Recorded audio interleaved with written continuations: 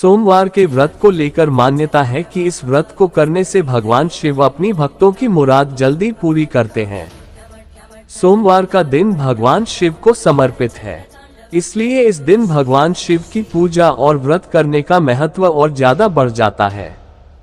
यदि आप सोमवार के व्रत करते हैं तो आपको सोमवार व्रत कथा पढ़ना बेहद जरूरी है, क्योंकि इसके बिना आपका व्रत अधूरा माना जाता है।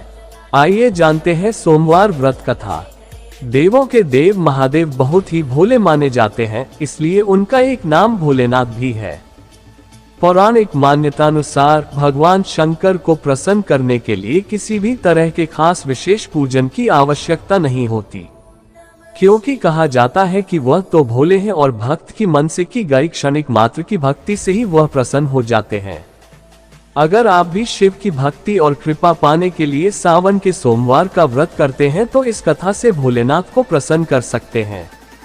इस कथा के बिना अधूरा है सोमवार का व्रत। भगवान शिव पूरी करेंगे सभी इच्छाएं। एक बार किसी एक नगर में एक साहूकार था। उसके घर में धन की कोई कमी नहीं थी, लेकिन कोई संतान न होने के कारण वह बहुत दुखी था। संतान प्राप्ति के लिए वह हर सोमवार को व्रत रखता था और पूरी श्रद्धा के साथ शिव मंदिर जाकर भगवान शिव और माता पार्वती की पूजा करता था।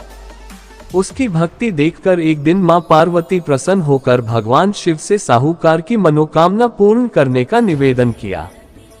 पार्वती जी के आग्रह पर भगवान शिव ने कहा कि हे पार्वती, इस संसार में हर प्राणी को उसके कर्मों का फल मिलता है और जिसके भाग्य में जो हो उसे भोगना ही पड़ता है। लेकिन पार्वती जी ने साहूकार की भक्ति देखकर उसकी मनोकामना पूर्ण करने की इच्छा व्यक्त की। माता पार्वती के आग्रह पर शिवजी ने साहूकार को पुत्र प्राप्ति का वरदान तो दिया, लेकिन उन्होंने बताया कि यह बालक 12 वर्ष तक ही जीवित रहेगा। माता पार्वती और भगवान शिव की बातचीत को साहूकार सुन रहा था, इसलिए उसे ना तो इस बात की खुशी थी और ना ही दुख। वह पहले की भांति शिवजी की पूजा करता रहा। कुछ समय के बाद साहूकार की पत्नी ने एक पुत्र को जन्म दिया।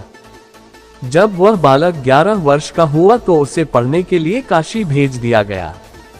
साहूकार ने पुत्र के मामा को बुलाकर उसे बहुत सारा धन देते हुए कहा कि तुम इस बालक को काशी विद्या प्राप्ति के लिए ले जाओ। तुम लोग रास्ते में यज्ञ कराते जाना और ब्राह्मणों को भोजन दक्षिणा देते हुए जाना। दोनों मामा भांजे इसी तरह यज्ञ कराते और ब्राह्मणों को दान दक्षिणा देते काशी नगरी निकल पड़े। इस दौरान रात में एक नगर पड़ा जहां नगर के राजा की कन्या का विवाह था, लेकिन जिस राजकुमार से उसका विवाह होने वाला था वह एक आंख से काना था।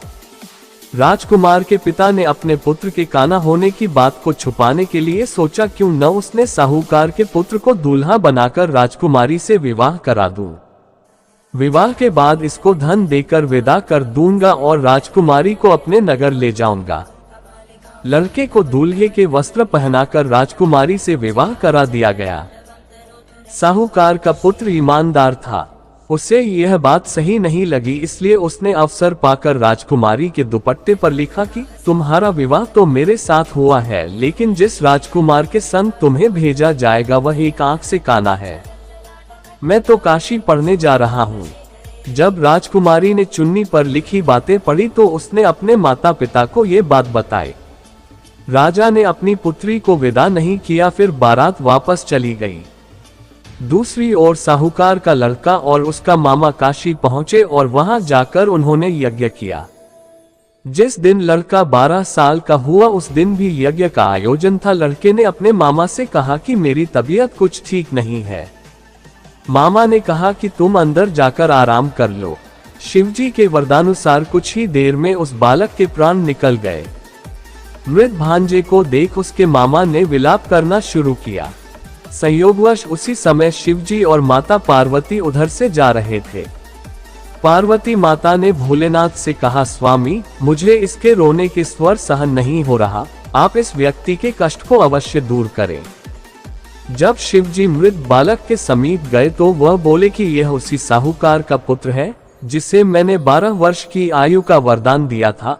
अब इसकी आयु पूरी हो चुकी है। लेकिन मातृभाव से विभोर माता पार्वती ने कहा कि हे महादेव, आप इस बालक को और आयु देने की कृपा करें, अन्यथा इसके वियोग में इसके माता पिता भी तड़प तड़प कर मर जाएंगे।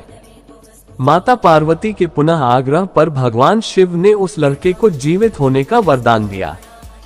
शिवजी की कृपा से वह लड़का जीवित हो गया। शिक्षा पूरी करके लड़का मामा के साथ अपने नगर की ओर वापस चल दिया। दोनों चलते हुए उसी नगर में पहुंचे जहां उसका विवाह हुआ था। उस नगर में भी उन्होंने यज्ञ का आयोजन किया।